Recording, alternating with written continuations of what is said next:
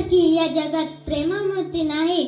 म्हणून आई जरी मायेचा सागर असली तरी बाप हा आपला पाठिंबा आहे. म्हणून एका गीतकाराने बापाचं सुद्धा वर्णन केलेलं आहे.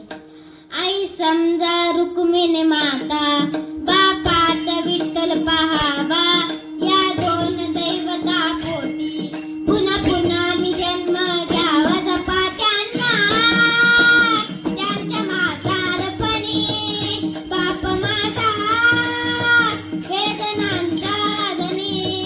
बाप नसतो कुणाच्या ध्यानी मनी, बाप माझा वेदनांचा धनी.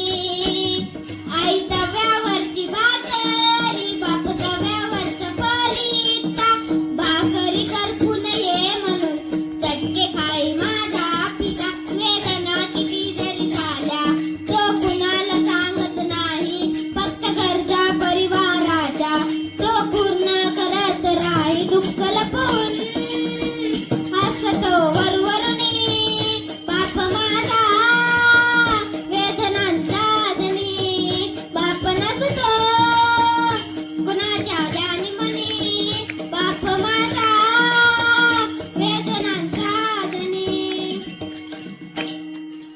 म्हणून आई ही आपली आई जरी मायेचा सागर असली तरी बाप हा आपला पाठिंबा आहे. म्हणून जोपर्यंत ते आहे त्यांची सेवा करा.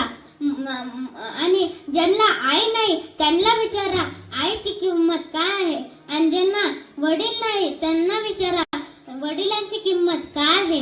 म्हणून आई वडील हे आपले दैवत आहे. आई वडिलांना सुखी ठेवा आणि त्या भगवान परमात्म्याचं नामस्मरण